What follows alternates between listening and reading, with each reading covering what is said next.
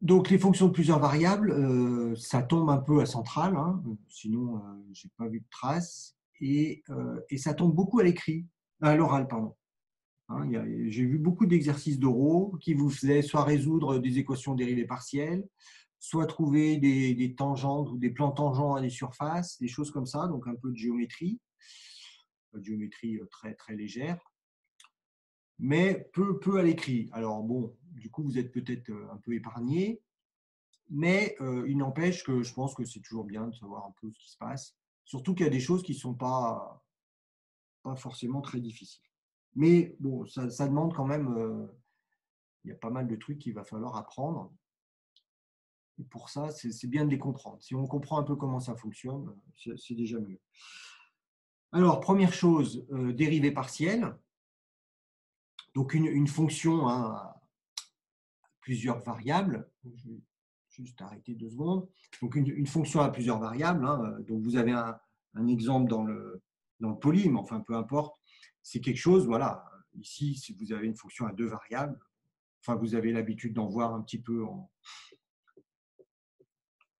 physique, etc. Donc, c'est une fonction qui va être définie sur un domaine de R2, XY ici, vous voyez bien que c'est dans R2.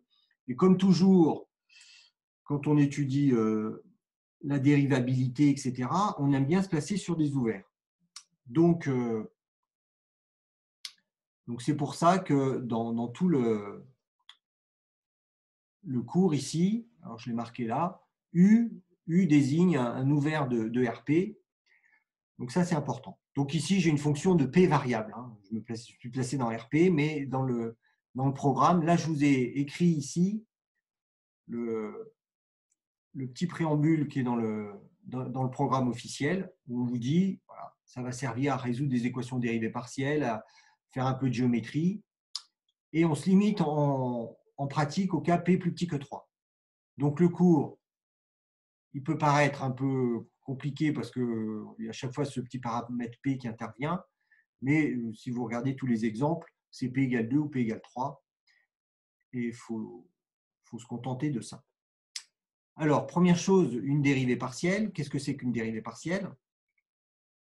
Donc, il y a un premier truc essentiel à comprendre, c'est qu'une fonction de plusieurs variables, on ne dérive jamais par rapport à toutes les variables. Fonction que je vous ai donnée en exemple, la f de xy, on ne va jamais dériver par rapport à x et y en même temps. Ça se fait toujours l'une après l'autre. Donc, on fait toujours ce qu'on appelle des dérivées partielles, c'est-à-dire par rapport à une seule variable.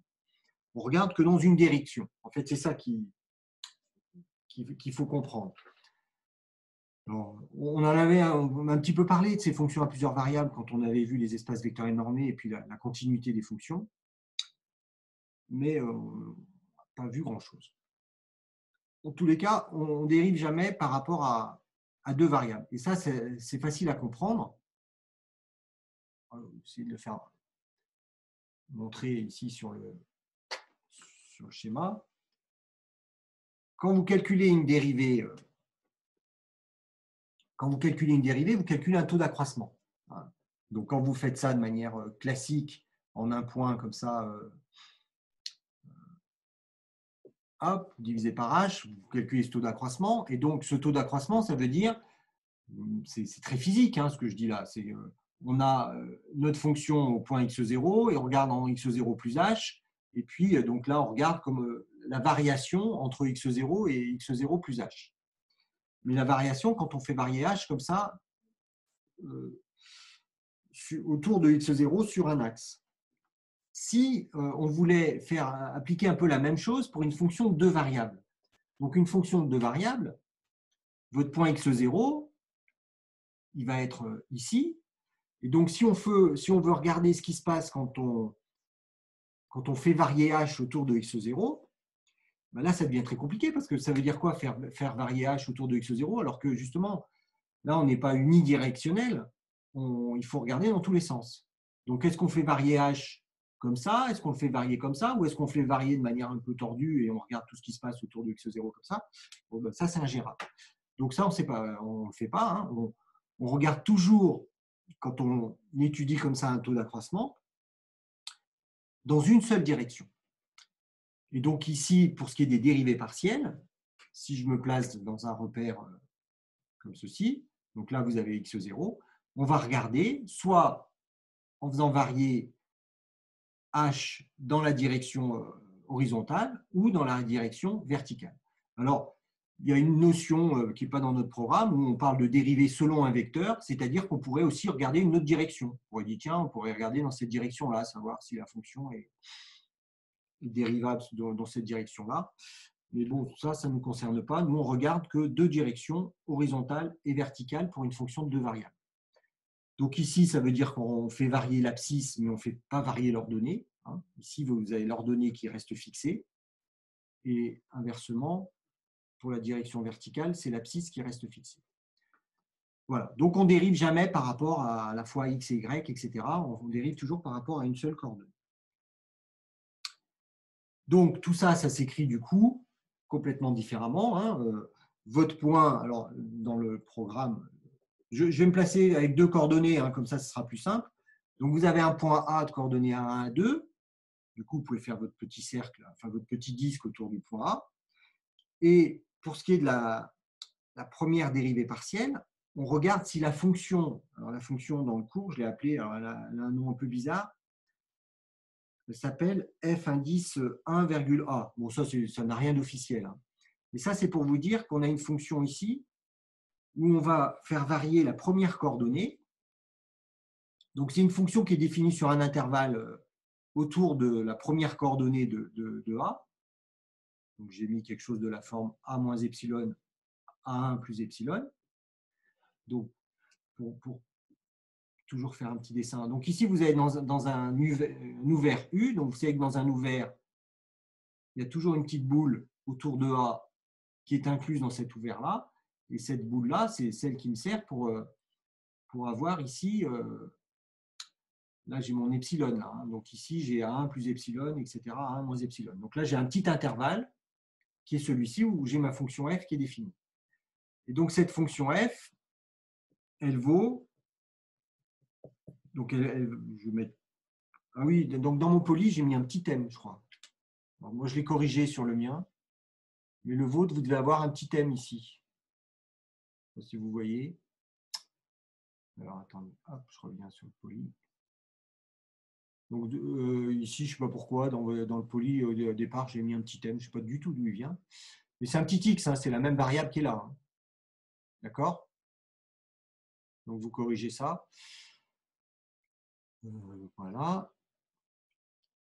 Donc cette fonction-là, qu'est-ce que c'est? C'est la fonction où je fais varier uniquement ma première coordonnée et la deuxième, elle reste fixe. Et je regarde, du coup, là, j'ai une fonction réelle d'une seule variable.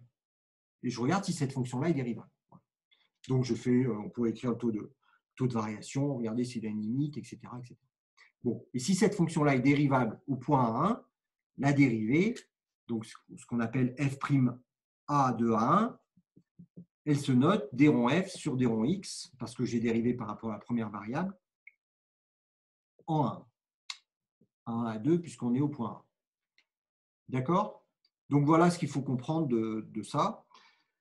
Bon, vous avez normalement l'habitude un peu de faire des dérivées partielles, peut-être en physique ou en SI. Et voilà, en tout cas, c'est essentiel.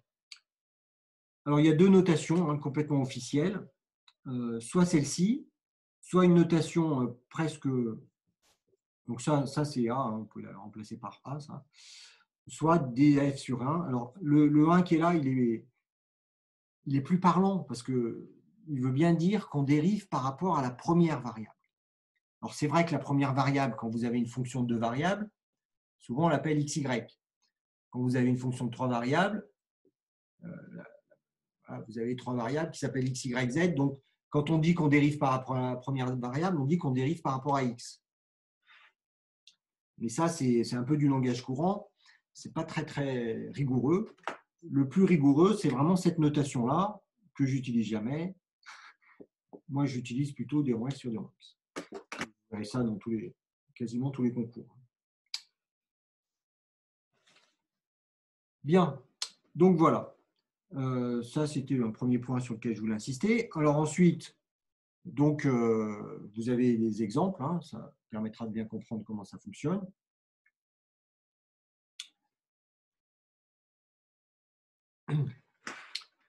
Donc l'exemple 1.1. Donc, attendez, parce que je vais avoir mon petit poli, ça sera plus simple de revenir à chaque fois sur ma petite feuille. Voilà. Donc, un premier exemple très très simple, hein, c'est une fonction, ça plutôt. Donc là, vous avez une fonction très sympathique, hein, f de xy égale cosinus de xy2, c'est ça? Voilà. Donc là, clairement, il n'y a aucun problème pour que les fonctions admettent des dérivées partielles. Alors, on le dira un peu plus tard, hein, pour le justifier, mais si je veux vraiment appliquer le cours ici, ce n'est pas forcément très utile, je peux regarder, alors en un point, je pourrais appeler A de coordonnées x0, y0. Donc ici, que vaut la fonction que j'ai appelée f1 de A de x, où je fais varier que la première variable, elle vaut cosinus de x, y0 carré. Voilà. Donc là, vous avez une fonction qui dépend que de la variable x. Y0, il est fixé. Donc, est-ce que cette fonction-là est dérivable? Bah oui, parce que c'est une composée de fonctions dérivables, etc., etc. Et je vois bien, si je dérive ça par rapport à x, j'ai y0 carré qui sort et je trouve, donc f'1a de x, ça vaut moins 2y0 carré fois sinus de x, y0 carré. Et vous évaluez ça en x0, ça vous donne la valeur de la dérivée au point A. La dérivée partielle. Donc, mais ça, en pratique, vous ne le faites pas. Hein. On dira clairement que cette fonction-là, elle sera même plus, elle mettra plus que des dérivées partielles, elle sera de classe C1, même de classe C2 et compagnie. Et du coup, on dérive directement. Donc, on dit que la dérivée partielle par rapport à la première variable, c'est-à-dire ici, ma variable, elle s'appelle x, au point xy, puis je ne veux pas mettre x0, y0, je mets xy, hein, point quelconque, eh bien, bon, c'est la même chose que ça. Je dérive par rapport à x et je fixe y. Donc y, c'est un facteur de x, donc lui, il va sortir quand on dérive. xy2, c'est une composée de fonctions, hein, et donc on obtient ça. Moins y2, le moins, il vient de la dérivée de cosinus, hein, sinus de x, y carré. Si vous dérivez par rapport à y, donc vous fixez x et vous dérivez par rapport à y, donc ici, il y a un y2, donc la dérivée de y2, c'est 2y. X est un facteur multiplicatif, donc il sort aussi. Et là, on a sinus également de xy. Voilà. Donc ça, c'est le cas le plus simple et c'est le cas le plus fréquent que vous aurez à appliquer quand vous allez calculer des dérivées partielles. Bon, on verra après que ça va être un peu plus subtil des fois. Ensuite, le deuxième exemple, bon, je vais peut-être commencer ici. Alors, le deuxième exemple, il est un peu plus tordu. Il en faut bien quand même des exemples un peu tordus. Donc, ce n'est pas forcément ce que vous allez rencontrer le plus souvent, hein, à mon avis, surtout pour les fonctions plusieurs variables. Donc là, vous avez une fonction qui est définie par morceau. Donc, elle s'appelle G, cette fonction-là.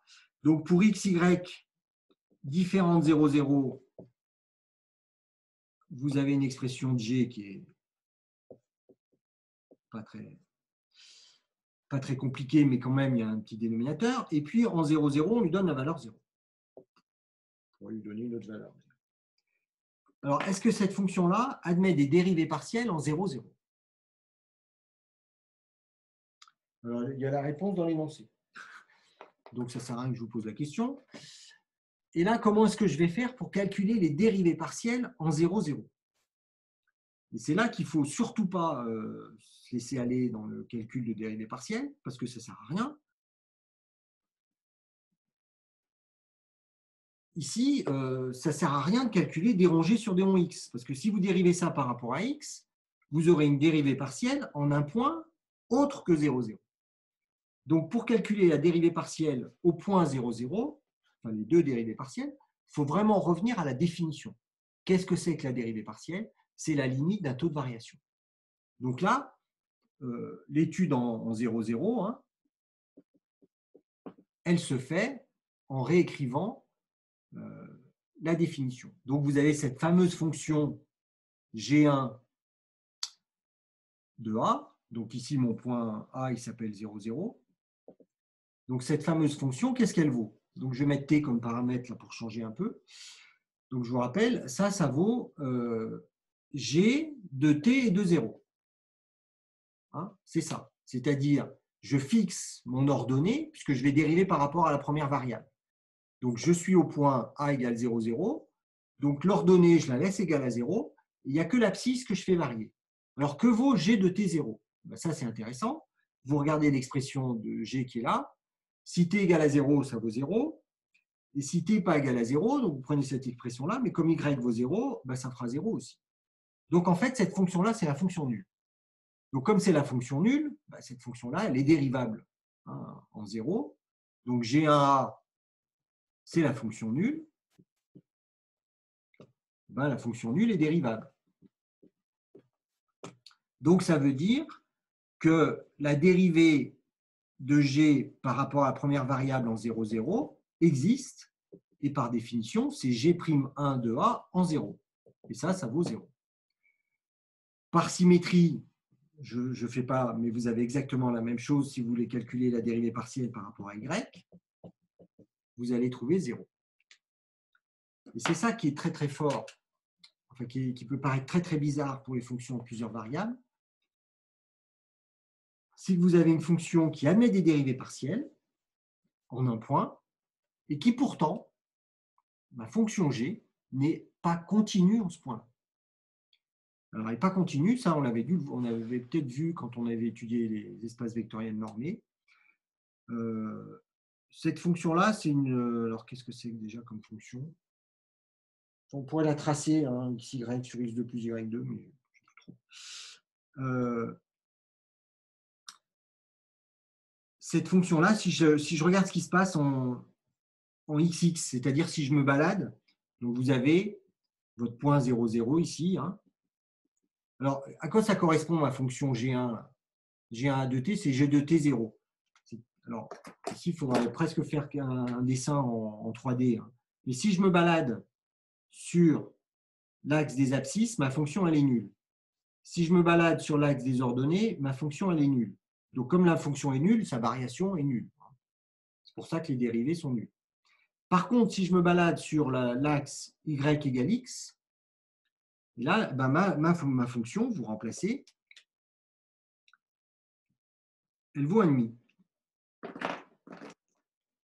Si vous faites x égale x. C'est-à-dire que votre fonction, elle va être, par rapport à mon dessin, à une altitude égale à 1,5 sur xx. Et donc, vous voyez bien que si vous vous placez ici, quand vous allez arriver au point 0, hop, vous allez tomber. Alors, tout dépend de l'unité de mesure, mais si l'unité de mesure, c'est 100 mètres, ça veut dire que quand vous êtes sur une crête, là, hein, je ne sais pas si vous voyez bien ce que je veux dire, si vous baladez,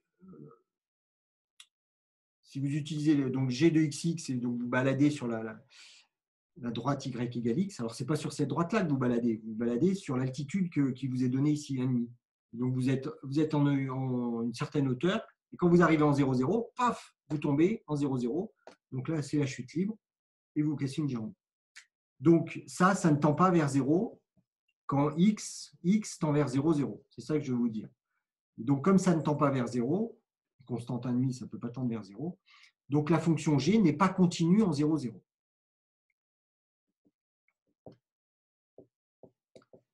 Voilà. Donc là, vous avez un exemple très particulier de fonction qui admet des dérivées partielles en un point, mais qui pourtant n'est pas continue en ce point-là.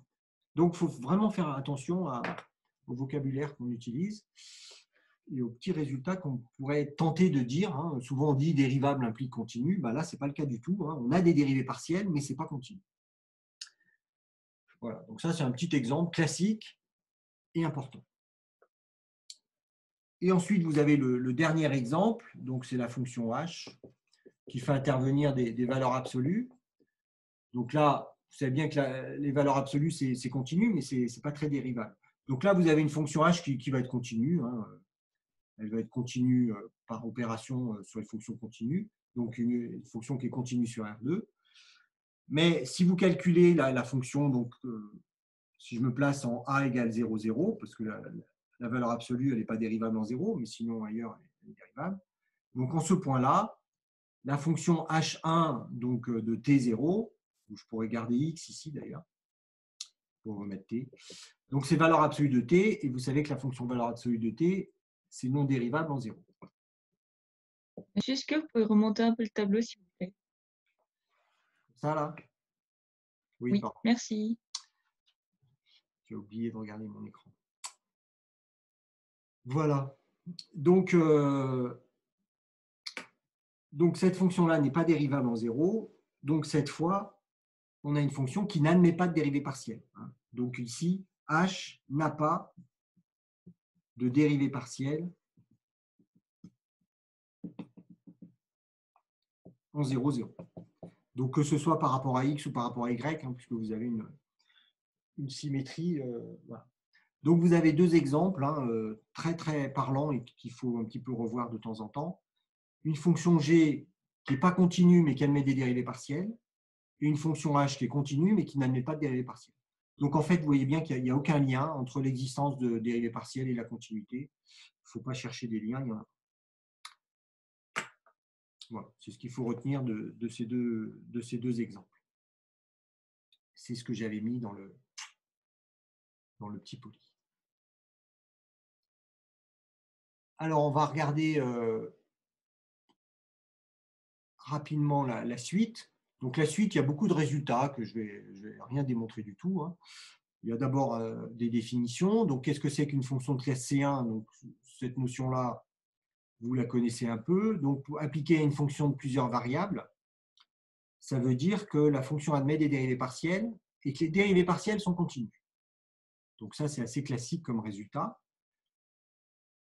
Propriété, alors d'abord, une caractérisation des fonctions de classe C1. Non, ce n'est pas une caractérisation, c'est une propriété. Donc, si f est classe C1, elle admet un développement limité d'ordre 1. Bon, ça, je ne démontre pas. Ces développements limités, vous pourriez en avoir besoin dans certains exercices. Alors, est-ce que j'ai mis un exemple? Non, je vais juste vous donner un exemple comme ça pour savoir comment ça s'écrit, parce que c'est très très simple à écrire, un développement limité. Donc, vous voyez qu'ici, le H, si vous bien comprendre, c'est que c'est un vecteur. Donc, le petit truc qui va tendre vers 0, le petit taux qu'on met à la fin, il faut vraiment le mettre avec la norme de H. Il ne faut pas mettre du H tout seul. Vous pouvez mettre un petit taux à la place. Je crois que je l'ai fait un peu plus tard. Alors, juste un petit exemple pour vous expliquer que c'est… Alors, on va le revoir de toute façon après.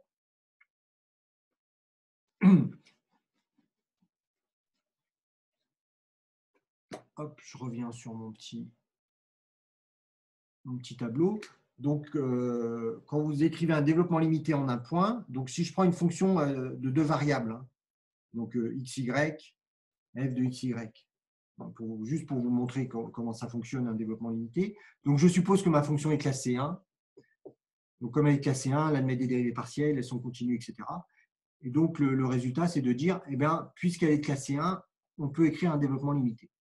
Donc, le développement limité, vous le faites en un point A de coordonnées 1 à 2, mais ça, on s'en fiche parce qu'on ne va pas vraiment s'en servir. Et donc, un développement limité, c'est toujours pareil. On regarde ce qui se passe au voisinage de A, et donc on ajoute un petit quelque chose à A. Et là, le développement limité, on peut l'ajouter dans n'importe quelle direction. On ne va pas l'ajouter seulement en direction horizontale ou verticale. Donc, on ajoute un vecteur. Je l'avais noté H. Oui, donc, on va le noter H. Donc, si je vais garder les mêmes notations, H1, H2. Souvent, on les met H et K d'ailleurs. Mais bon, là, je vais garder H1 et H2. Et donc là, le développement limité, il va s'écrire de manière très simple. C'est f de A plus, alors vous savez comment ça s'écrit. Je l'écris, mais je vais l'effacer parce que là, quand vous avez une fonction numérique, c'est-à-dire de R dans R, une fonction à une seule variable, vous savez qu'ici, on met H fois f' de A. Et après, on met un petit taux de H. Ça, c'est le développement limité pour une fonction d'une seule variable. Pour une fonction de deux variables, alors on a presque une notation qui va ressembler à ça, je vais en parler après. Mais évidemment, f' de A, ça ne veut rien dire, ça n'existe pas. Et donc ici, ce qu'on fait, c'est qu'on met H1 fois d rond f sur d rond x première variable évaluée en A, plus H2, des ronds F sur des ronds Y, évalués en A. Voilà. Donc, évidemment, c'est différent, mais on va avoir une écriture qui va ressembler à ce que j'ai écrit tout à l'heure. Et là, on termine par norme de H. Donc, la norme de H, ça peut être n'importe quelle norme. Donc, si par exemple, on se place dans R2 euclidien usuel, on pourrait mettre ça comme norme. On pourrait très bien mettre ça. Voilà, ça c'est la norme de H. Fois donc epsilon de H avec epsilon qui tend vers 0 quand H tend vers 0. Voilà. Donc ça, c'est pour une fonction de 2 variables. Et puis, vous comprenez bien que si vous aviez une fonction de 3 variables, eh bien, on rajouterait H3 des ronds F sur des ronds Z. Et puis là, on mettrait un H3 carré. Voilà. Après, ça se généralise. Donc ça, c'est une première façon d'écrire un développement limité. Vous allez voir que on va le présenter d'une autre façon, ça. Où c'est que je suis? Voilà. Donc, je reviens sur mon petit poly. Et donc, cette autre façon, c'est d'utiliser la notation différentielle. Donc, un petit corollaire, une fonction de K-C1 est continue. Bah, vous voyez bien qu'avec cette expression-là, hein, si vous faites tendre H vers 0, vous aurez f de A plus H qui va tendre vers f de A. Bon, ça, c'est assez facile à comprendre. Donc, une fonction de K-C1, c'est continu. Donc, faites bien la différence hein, avec ce que j'ai dit tout à l'heure. Vous n'avez pas oublié. Tout à l'heure, j'ai dit, si une fonction a des dérivées partielles, ça ne veut pas dire qu'elle va être continue. Pour avoir un résultat qui ressemble à ce qu'on a vu dans les fonctions pour une seule variable, c'est le caractère C1. On a besoin du caractère C1. C'est-à-dire qu'il ne suffit pas que les dérivées partielles existent, il faut aussi qu'elles soient continues. Donc, si on a ça, alors FC1 implique F continu, ça marche. Alors, la notion de différentiel, je vais y passer un peu rapidement. Il y a un point de vue pratique à cette notation-là. Donc, vous avez vu ce qui se passe quand on calcule les dérivées partielles, et donc, notamment quand on a calculé le développement limité, là, on a fait intervenir cette expression-là. Ça marche pas bien. Hop, hop, hop. Donc, on va lancer POF.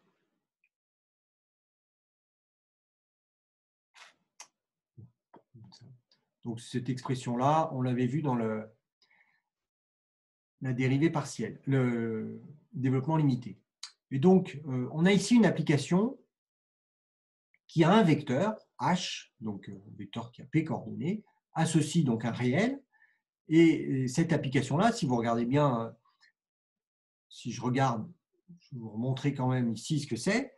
L'application, c'est celle-ci. Hein. À H1, H2, j'associe H1 fois d rond F sur d rond X en A, plus H2 fois d rond F sur d rond Y en A. Donc, ces deux nombres-là, c'est des réels, hein, c'est des constantes. Ça peut valoir 2, ça peut valoir pi carré sur 12. Et donc, l'application ici qu'on va appeler df en A, c'est une application qui a un vecteur associe quelque chose de la forme alpha H1 plus bêta H2. Et ça, c'est une application qui est une forme linéaire. C'est une forme linéaire classique qu'on a déjà vu dans des exemples passés. Donc, cette application-là, c'est une forme linéaire et on l'appelle la différentielle de f en A. On la note comme ceci. Et du coup, on a après l'application df. Donc, on remonte un niveau au-dessus qui associe cette forme linéaire. Et celle-ci, on l'appelle différentielle. Ça, à la rigueur, c'est pas très grave si vous l'oubliez. Mais je peux vous la. Non, enfin, non, on va pas en dire beaucoup plus. Donc ça, si ça vous paraît un peu obscur, etc., à mon avis, c'est pas très grave. Vous pouvez laisser tomber. En revanche, ce qui est intéressant, c'est l'écriture qui est là. Donc, c'est qu'une écriture. Je l'ai appelée notation quasi-produit scalaire. Alors, je l'ai appelé comme ça parce que ça ressemble à un produit scalaire. Vous voyez bien.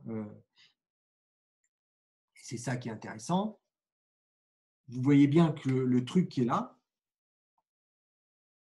ça ressemble vraiment à un produit scalaire usuel entre deux vecteurs.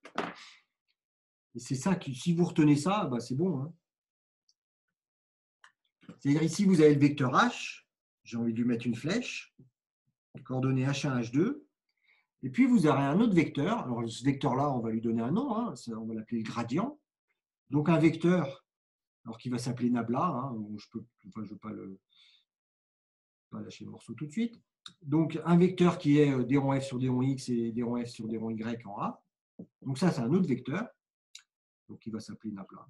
Allez, hop, en A. Et donc, vous voyez que cette notation-là, c'est le produit scalaire de ces deux vecteurs-là. Donc, ça, je vais en parler un peu plus tard après. Mais ici, on a une autre notation hein, qui est d'écrire que ça s'écrit h.df en A. Donc, ce df en A, c'est lui qu'on va associé au gradient, mais pas pour l'instant. Donc ce petit point, je l'ai noté comme ça. Ce n'est pas un produit scalaire, c'est juste une notation pour dire, voilà, ça, on peut le noter comme ça. Et ça s'écrit H1 fois le d rond f plus H2 fois d rond f sur d rond y. Mais ne confondez pas, hein, ne dites pas que ça, c'est un produit scalaire. Le produit scalaire, il va venir après.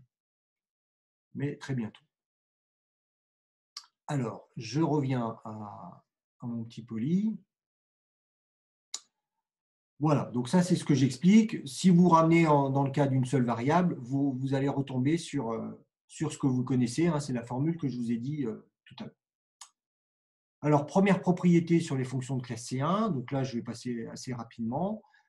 Donc les dérivés partiels, l'application, on peut dire dérivée partielle, c'est une application qui va être linéaire, c'est-à-dire que la dérivée partielle de f plus g, c'est la dérivée partielle de f plus la dérivée partielle de g, etc.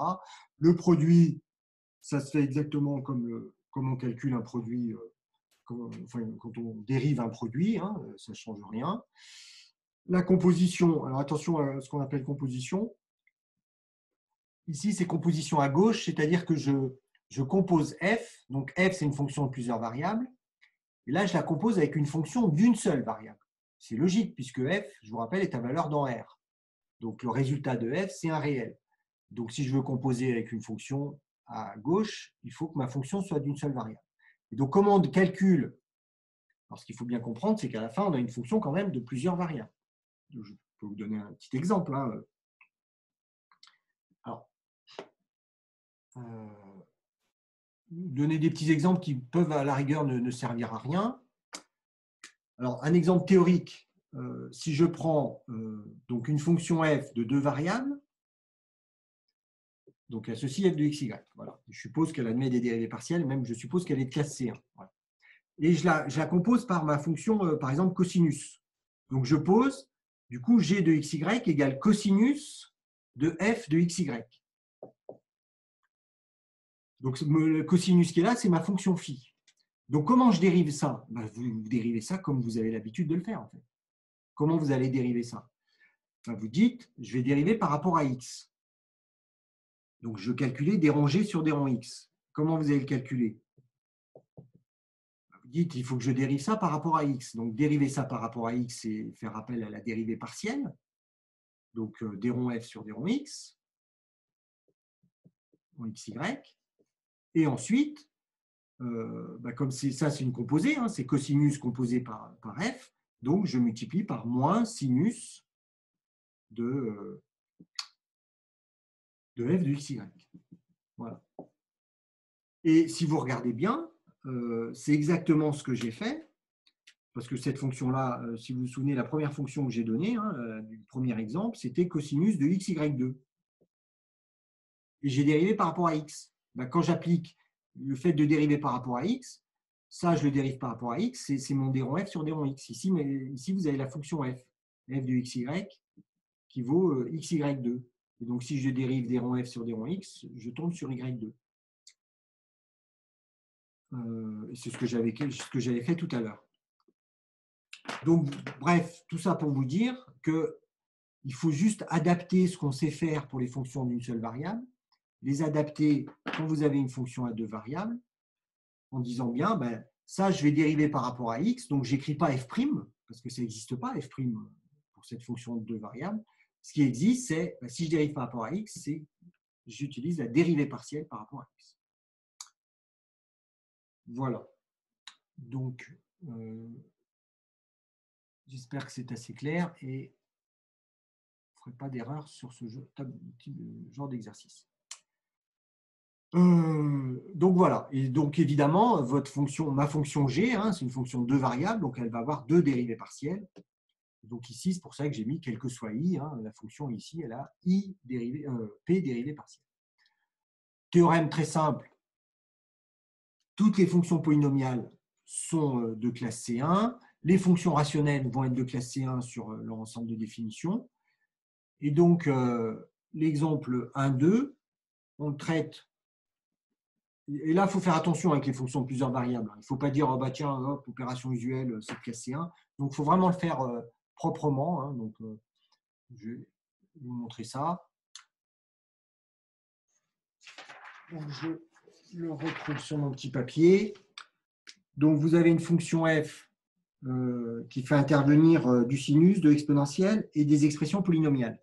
Donc, c'est bien de détailler tout ça. Donc, je vais prendre la fonction g qui a x, y, z, donc c'est une fonction de trois variables, associe x carré z moins x, y, z. Et là, je dis que g est polynomial. Alors, c'est ce qu'on appelle des polynômes à plusieurs variables, hein, mais c'est quand même des polynomiales. Donc, est polynomial. Non, il n'y a pas d'accent circonflexe. Je ne sais pas pourquoi j'en mets. Donc, g est polynomial, donc g c'est 1. Et c'est 1 sur R3.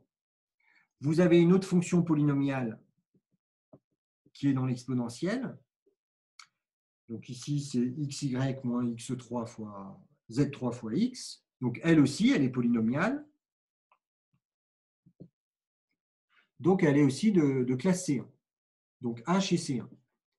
Et puis ensuite, vous avez deux fonctions qui sont sinus et exponentielles. Donc une première fonction que je vais appeler phi, donc qui est sinus.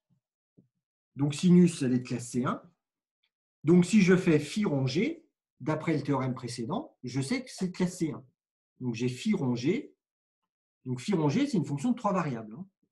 Fonction qui va de R3 dans R. Et celle-ci, elle sera aussi de classe C1. Je prends ma fonction phi, qui est ma fonction exponentielle, qui est de classe C1. Et donc psi rond h sera aussi de classe C1, de R3 dans R. Et qu'est-ce que c'est que f? Eh bien, c'est le produit de ces deux fonctions qui sont de classe C1 sur R3. Et donc, on sait que le produit de fonctions de classe C1 est encore de classe C1. Donc, f est de classe C1. Voilà. Donc ça, je vous invite, si un jour vous avez un petit truc à faire là-dessus, à bien détailler. Ce n'est pas compliqué, ça prend 30 secondes.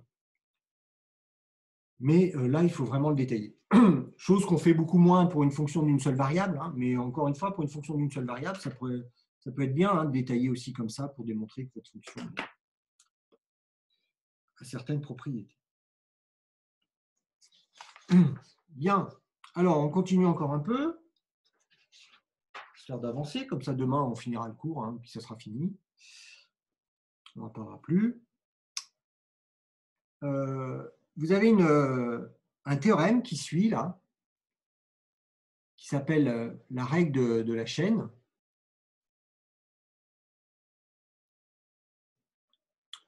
Alors, la formule peut paraître un peu compliquée, mais vous allez voir qu'elle s'applique de manière très simple. Elle s'applique de manière un peu automatique hein, quand on comprend ce qui se passe. Donc, c'est une formule théorique qui vous permet de dériver une fonction. Alors, ça peut vous paraître surprenant à la fin, mais c'est une fonction d'une seule variable. Hein. On va dériver une fonction d'une variable, mais qui fait intervenir une fonction de P variable. C'est-à-dire qu'ici, vous avez P petites fonctions, x1, x2, xp, qui sont là, qui sont des fonctions d'une seule variable. Elles sont définies sur un intervalle i. Et donc, si je regroupe, j'obtiens ici une fonction vectorielle. x de t, c'est une fonction vectorielle. Donc là, je reviens au chapitre précédent. Ça peut être l'objet, ça peut représenter un arc paramétré. Hein. Et donc, ce vecteur x de t, je vais l'appliquer à une fonction f qui, elle, est donc une fonction de plusieurs variables. Là, ma fonction f, elle est définie sur u, qui est un ouvert de Rp, etc. Donc, elle, c'est une fonction à plusieurs variables. Je suppose qu'elle est classe C1. Bref, tout est de classe C1. Mais quand je compose ces deux fonctions-là, donc f avec x, j'ai une fonction g qui dépend du paramètre t. T, c'est une variable qui varie dans un intervalle i de r. Donc, g est une fonction d'une seule variable, mais qui fait intervenir cette fonction-là. Et donc, comment est-ce que je vais calculer g'? Et c'est là qu'on applique la règle de la chaîne. Donc, il suffit de comprendre. Hein. Calculer g', ça veut dire, voilà, je dérive par rapport à t. Mais t, il se trouve partout. Il est dans la première coordonnée, il est dans la deuxième coordonnée, il est dans la pème coordonnée. Donc, il est partout. Donc, comment est-ce qu'on dérive par rapport à t qui est partout? Eh bien, on dérive tout simplement en commençant par le début. On dit, je vais d'abord dériver par rapport à x1 de t. Là. Oui, mais x1 de t, il est situé en première variable de f. Je vais appliquer une formule qui ressemble à la dérivée d'une composée. Donc, x'1 de t, ça va sortir. Vous l'avez là. Et comme il est situé en première coordonnée de f, première variable de f, on fait intervenir la dérivée partielle de f par rapport à sa première coordonnée. Et on continue en ajoutant des plus. Alors, pourquoi est-ce qu'on met des plus, etc. Bon, il faudrait chercher la démonstration de ça, mais je n'ai pas envie de vous faire ça. On écrit des trucs, on fait varier. L'idée, c'est de faire varier à chaque fois qu'une seule chose. Hein. Donc, on fait des trucs comme ça, mais ce n'est pas très important. Alors, je pourrais vous le montrer avec un petit exemple, mais bon, je ne sais plus exactement si je vais y arriver, donc ce n'est pas la peine. Mais voilà. En fait, ce qu'il faut retenir, c'est cette technique-là, hein, d'ajouter, mais de faire les variables les unes après les autres. Donc, on commence par x1, ensuite on s'attaque à x2, etc., etc. Et du coup, vous obtenez cette formule, donc deux façons de l'écrire, selon qu'on utilise les dérons f sur les dérons x ou même la notation différentielle ici. Alors, l'exemple, bon, pour que ça soit très simple à comprendre, hein, vous avez l'exemple 1.3 qui va être assez explicite.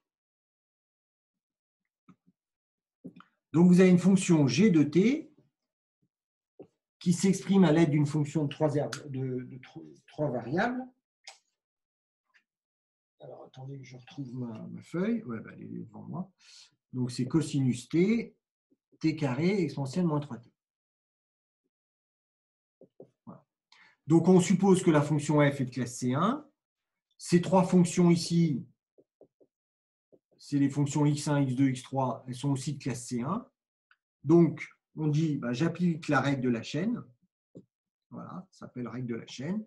G sera de classe C1, c'est le théorème qui me le dit.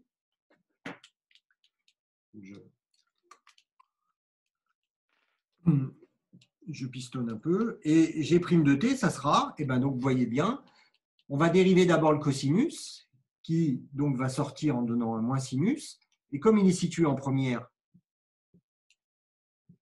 position, on va dériver f par rapport à sa première variable. Et puis là, on garde cosinus t, t carré, exponentielle de moins 3t. Plus, je vais dériver maintenant t carré, donc 2t. Et là, je suis au niveau de la deuxième variable. Donc, je mets un déron f sur déron y, etc. Et enfin, exponentielle moins 3t. Donc, je dérive exponentielle moins 3t, ce qui me donne un moins 3 exponentielle de moins 3t fois déron f sur déron z. Et là, je regarde cosinus t, t carré, exponentielle de moins 3t. Voilà. Donc, vous voyez, ce n'est pas difficile, mais il est clair qu'il faut l'avoir déjà vu, quoi, hein. Ça ne s'invente pas forcément. En tous les cas, voilà cette formule. Alors, ça, c'est une formule vraiment théorique. C'est une formule théorique parce que c'est une formule quand vous avez une fonction comme ça de trois variables que vous ne connaissez pas. Parce que si f, on la connaissait, ça ne servira à rien. Je ne sais pas si je suis clair. Donc là, vous voyez que la formule, bon, on l'obtient, elle est très, très compliquée. Bon, après, si f, etc. Mais, alors, je vais vous donner un exemple très simple, hein, mais donc je vais effacer ça. Si je connaissais f explicitement, par exemple, regardez, si j'avais f de. Donc f, c'est une fonction de trois variables. Donc si cette fonction-là, je vais prendre quelque chose de très simple parce que sinon les calculs seront très compliqués. Donc, si j'avais f qui était comme ça, x plus yz, fonction très simple, mais c'est une fonction de 3 variables, eh bien, à quoi ressemblerait g? Ma fonction g de t qui serait, donc je vous rappelle, cosinus t, t carré, exponentielle moins 3t. Ben, cette fonction g, je peux la calculer. f de x, y, z, c'est ça, donc ça fait cosinus t plus t carré fois exponentielle de moins 3t. D'accord? Et donc là, vous tombez sur une fonction que vous savez dériver. Il n'y a pas besoin d'utiliser les fonctions de plusieurs variables pour dériver cette fonction-là. Tout ce que je veux vous dire, c'est que si vous dérivez ça, vous aurez la même chose que si vous dérivez ça, si vous faites tout ça. Voilà. Et donc, vous voyez bien que la règle de la chaîne, elle a un intérêt que si on a une expression théorique, une expression qui n'est pas explicite de f. Parce que si on connaît f, notre fonction g, c'est une fonction classique à une seule variable qui va de R dans R, et donc on la dérive de manière classique. Vous me suivez? Voilà. Mais donc en pratique, quand on l'applique, c'est que f, on ne la connaît pas, donc on utilise les dérivées partielles, etc. Après, on peut remplacer, etc. Mais voilà. En tout cas, si vous dérivez ça, vous allez tomber sur la même chose que ça. Ça c'est sûr. D'ailleurs, d rond f sur d rond x, vous voyez bien ce que ça vaut, d rond f sur d rond x. Si vous dérivez ça, ici, d rond f sur d rond x, ça vaut 1. Vous dérivez ça par rapport à x, ça donne 1. Donc ça vaut 1. Voilà, ce gros truc, il vaut 1. D rond f sur d rond y, il vaut z. Donc ce gros truc, là, il vaudrait, donc z qu'on a évalué en exponentielle moins 3t, donc ça ferait 2t fois exponentielle moins 3t. C'est exactement ce qui se passe si on dérive ce produit. Et puis l'autre, vous aurez l'autre terme. Voilà.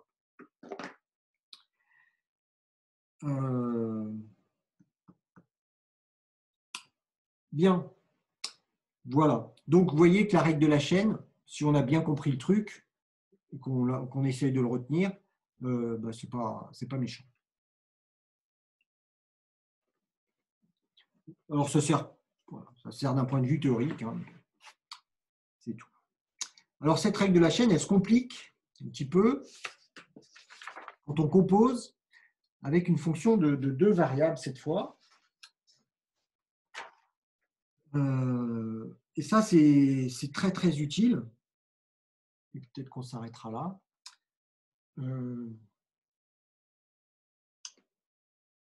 C'est très utile quand vous allez faire des changements de variables pour notamment résoudre des équations dérivées partielles. Alors, pareil, je ne vais pas vous faire de démonstration, mais juste vous expliquer un petit peu le principe. Donc, voilà. Donc, cette fois, c'est la même idée, c'est-à-dire, on a une fonction f ici définie sur un ouvert de R2, donc c'est une fonction de 2 variables. Et pas de 2 variables, enfin, si je me suis placé dans R2 ici, donc c'est une fonction de 2 variables. Et cette fonction f, contrairement à ce qu'on a fait dans la règle de la chaîne, où on l'appliquait, donc ici on l'appliquerait à x de t, y de t, si on voulait appliquer la règle de la chaîne. Mais on ne l'applique pas à x de t et à y de t, on l'applique à x de uv et à y de uv. C'est-à-dire qu'on fait intervenir ici 2 fonctions x et y qui dépendent aussi de 2 variables. Donc qui là s'appelle u et v. Et donc, quand on compose tout ça, on obtient une fonction de 2 variables, donc qui s'appelle g, qui dépend des variables u et v. Et donc, ça s'écrit de manière très simple comme ça.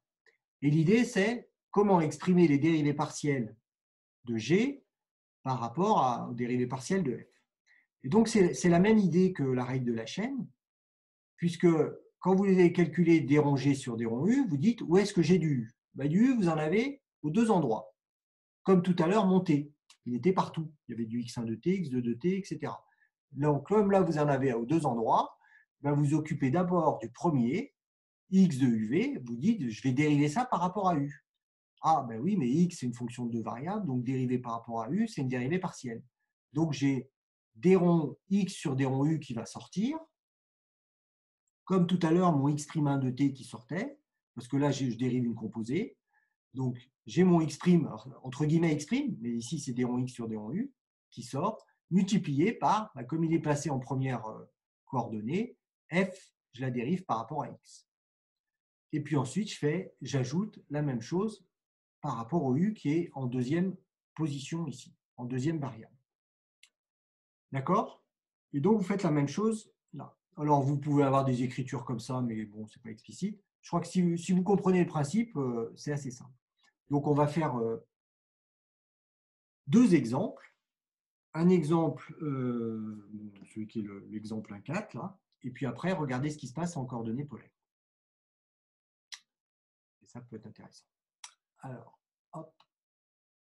Donc, l'exemple 1,4.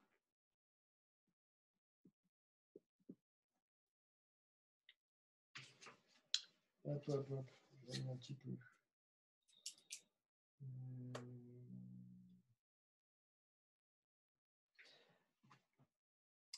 L'exemple 1,4, c'est bon, c'est pas compliqué, hein. Donc, vous avez une fonction g de uv qui s'exprime donc u carré plus cosinus v, virgule. Donc là, j'ai mis quelque chose d'assez tordu, hein. SH, qu'est-ce que j'ai mis? 2u plus v. Alors, pas un grand intérêt. Mais bon, c'est pour vous montrer, hein. Donc, première chose à dire.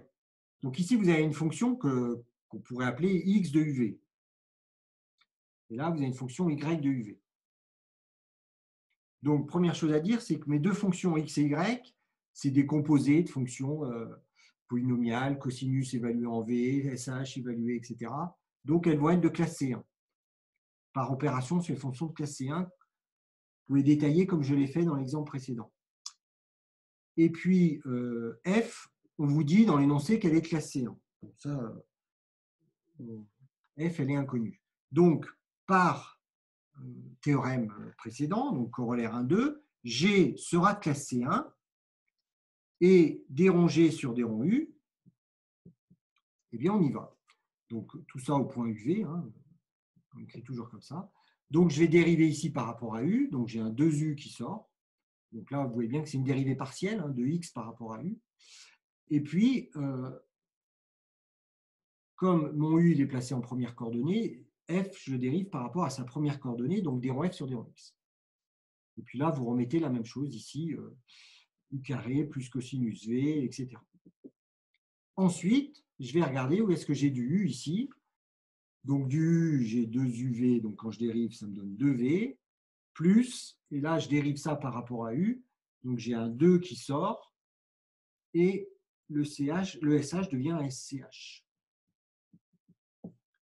Hop, et tout ça, c'est multiplié par des ronds F sur des ronds Y, parce que ici, je suis placé en deuxième coordonnée. Voilà. Bon, alors on peut faire aussi de même des ronds G sur des ronds V, hein, donc là, je vais aller un peu plus vite. Donc, je dérive par rapport à V, donc j'ai moins sinus V d rond F sur d rond X. Donc, évaluer toujours dans tout le bazar, là, hein. Et ensuite, vous dérivez l'autre par rapport à V, donc cette fois, c'est 2U plus CH de 2U plus V, etc. D rond F sur d rond Y. Voilà. Bien. Donc, vous voyez, ça, tout ça, alors c'est des petits calculs, hein, que vous pourrez être amené à faire dans certains exercices, même à l'écrit. Et ça ne présente pas de. Si on comprend comment ça fonctionne, hein, vous voyez bien, c'est un peu automatique, hein, à la fin. Mais il ne faut pas se mélanger les pinceaux parce que c'est vrai qu'il y a quand même 4 variables dans cette histoire. Vous avez x et y qui sont un peu cachés, hein, qui apparaissent ici, là, les dérivés de f par rapport à x et y. Et puis u et v. Bon, physique, vous êtes habitué normalement à manipuler des trucs avec 18 variables. Voilà. Et puis, hop, je descends un peu. Ce qu'il faut surtout savoir bien faire, c'est le passage en coordonnées polaires. Alors, on va le revoir après en calculant le gradient. Donc, c'est très simple, hein, on refait la même chose, hein. Vous avez une fonction g qui dépend de r et de θ et qui s'exprime en fonction de f Voilà, donc ici, vous avez votre fonction qu'on pourrait appeler x de r et θ, hein, et là, votre fonction y de r et θ. Donc, c'est comme les fonctions u et v tout à l'heure, hein, sauf que ici, cette fois, on a r et θ, et puis voilà. Et donc, on refait la même chose. Donc, vous avez le résultat dans l'encadré, hein, donc il n'y a pas besoin de… Je ne vais pas refaire les calculs. Donc, quand vous dérivez d'abord par rapport à R, ben là, il y a cos θ qui sort, ensuite il y aura sinus θ, et puis là, un d rho f sur d rho x, un d rho f sur d rho y. Donc, vous avez la formule qui est dans l'encadré.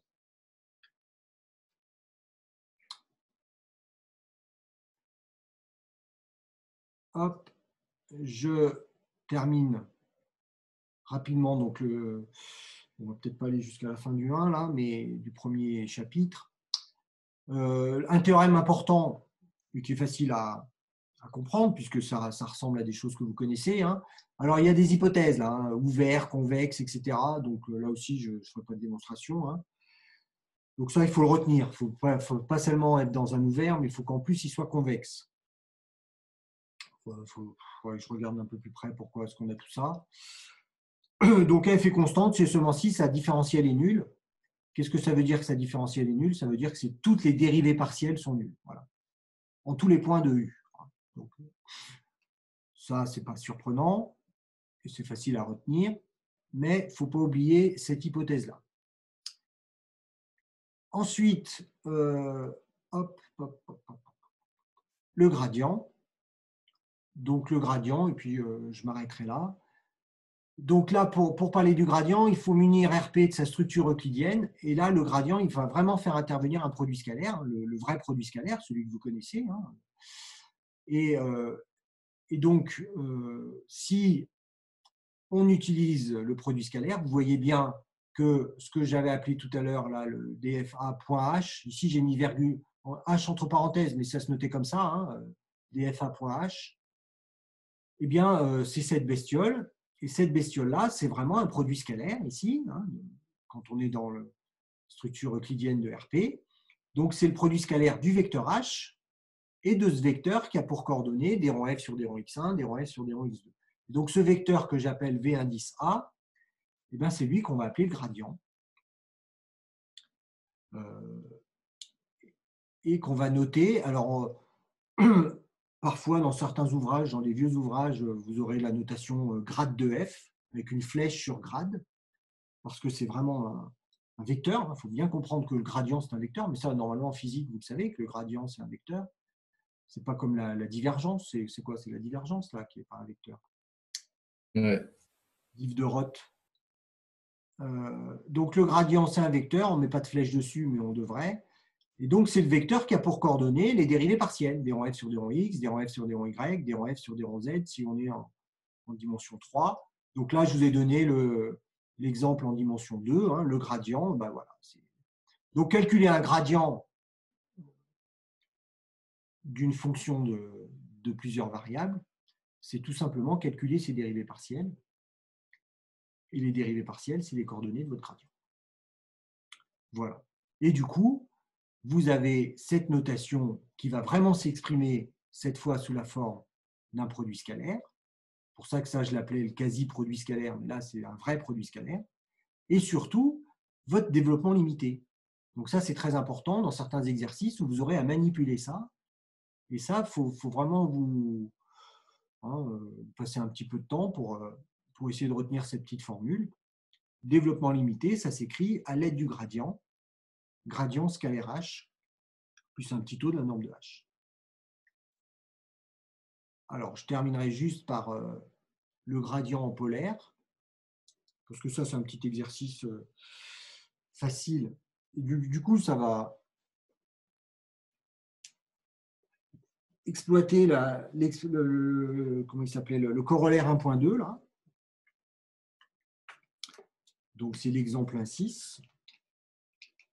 Hop, hop, on arrête de partager. Donc, vous avez une fonction. Attendez, je vais retrouver mon petit papier, comme ça va aller vite. Une fonction f qui est définie à plusieurs variables.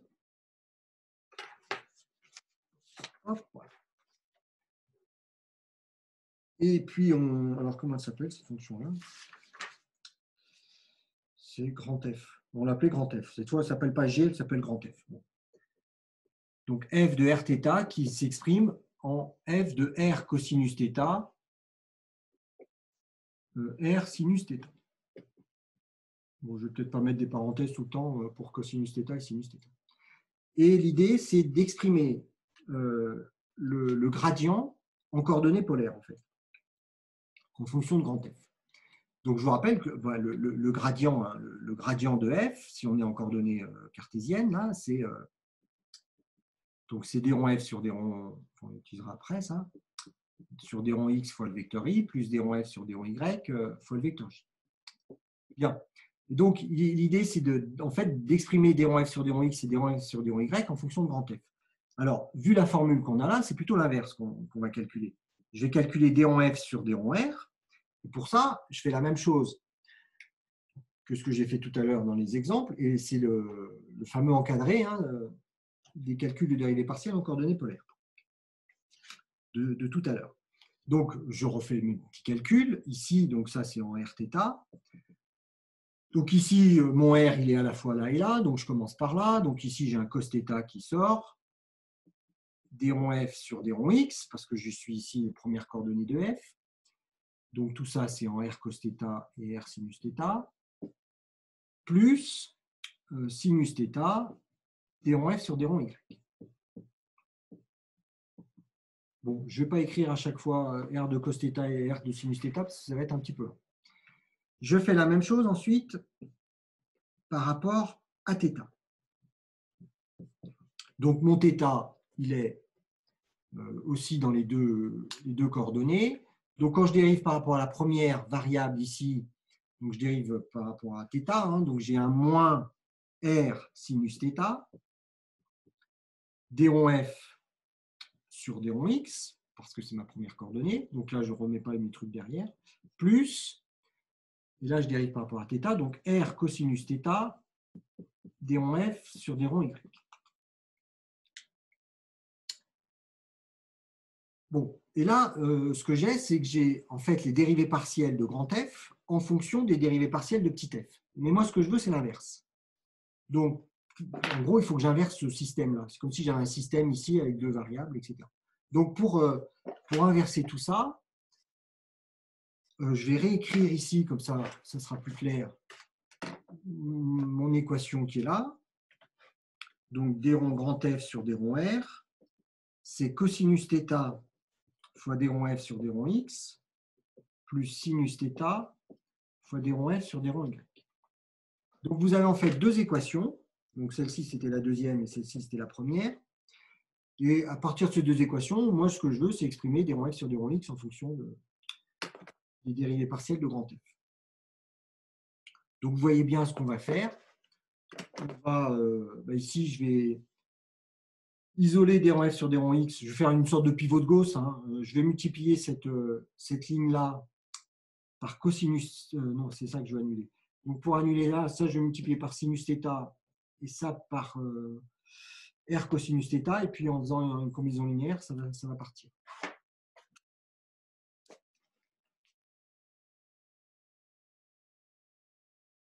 Donc, je vais faire ça. Pour la première, donc je vais partir de la première ici, que je multiplie par R cosinus θ.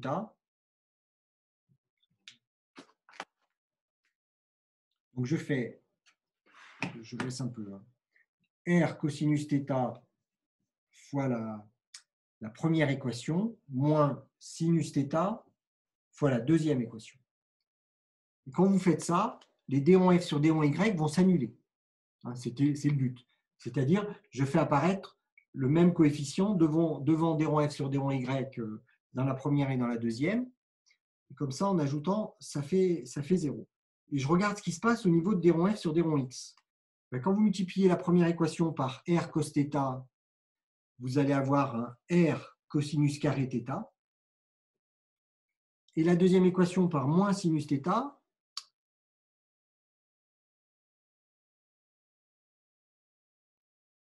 là, il y a un truc, attendez.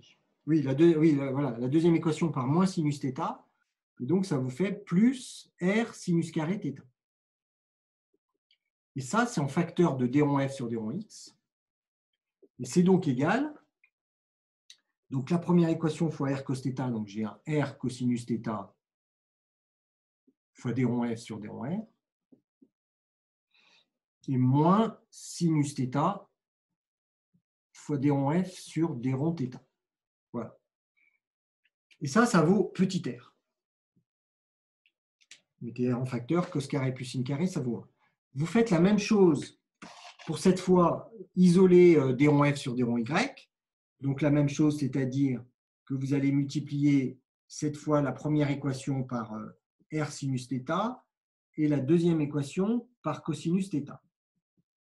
Et vous allez obtenir, alors je donne directement le résultat, r fois d rond f sur d rond y égale, donc r sinus θ fois d rond f sur d rond r,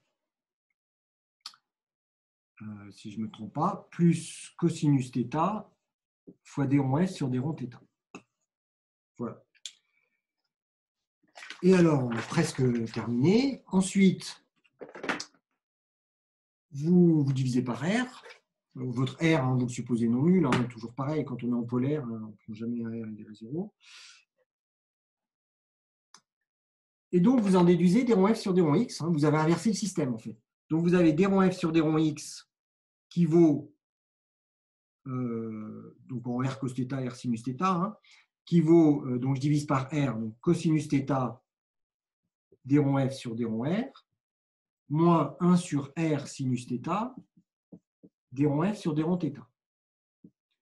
Et d rond f sur d rond y, divisé aussi par R, vous obtenez ça.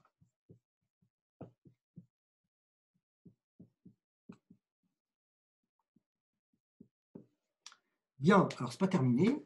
Il me reste encore une dernière chose à faire. C'est maintenant d'écrire mon gradient. J'efface ça. Donc là, j'ai obtenu mes deux équations. Bon, j'espère que je n'ai pas effacé trop tôt. Donc mon gradient de f, évalué en mon point U ici, qui est R cosinus θ, R sinus θ. Donc si je repasse en polaire, enfin, je règle mon truc en cartésienne, ici j'avais ça. Ici c'est le vecteur I, d rond f sur d rond y en U, fois le vecteur J. Et donc je remplace d rond f sur d rond x et d rond f sur d rond y par tout ce que j'ai trouvé ici. Et je vais factoriser par d rond f sur d rond r. Donc vous allez avoir d rond f sur d rond r, donc évalué en U, enfin en Rθ, là. Et là, vous allez avoir cosinus θ fois le vecteur I, plus sinus θ fois le vecteur J. Et ensuite, vous allez avoir un 1 sur R d rond f sur d rond θ. Donc, je vous fais passer rapidement, enfin, je vous détaille, je vous épargne les calculs. Et là, ça sera moins sinus θ fois vecteur I, plus cosinus θ fois vecteur J. Il suffit juste de remplacer. Et après, je regroupe. Et là, qu'est-ce que je reconnais? Donc là, je peux effacer maintenant mes deux formules. Là, je vais utiliser. Ici, vous connaissez ce vecteur-là, cosinus θ plus sinus θ. Alors, je ne sais pas comment vous le notez en physique. D'ailleurs, en maths, je m'en ai un peu oublié. Vous connaissez ce petit vecteur? Donc là, θ, le vecteur là, ça c'est mon vecteur, comment vous l'appelez comment celui-là? Vous ne l'appelez pas UR, je crois, en physique, non? Vous êtes là, vous êtes tous partis manger? Alors moi je l'appelle Uθ, je vais l'appeler Uθ. Je vais l'appeler Uθ ce vecteur-là. Et celui-là c'est quoi?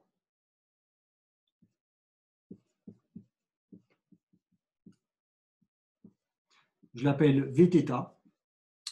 Donc, et ces deux vecteurs qui sont, donc ça c'est ce que j'ai appelé Uθ, celui-là je l'ai appelé Vθ.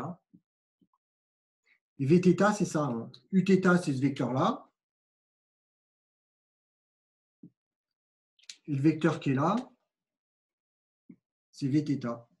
Il est orthogonal à Uθ. Alors j'aurais pu le mettre ici. moins sinus, cosinus. Si vous regardez le produit scalaire, hein, ça fait 0. C'est le vecteur qui est orthogonal à Uθ. Voilà. Et là, vous avez donc le gradient exprimé en fonction des coordonnées polaires. Alors ça, c'est des petites questions qu'on pourrait vous poser. Voilà.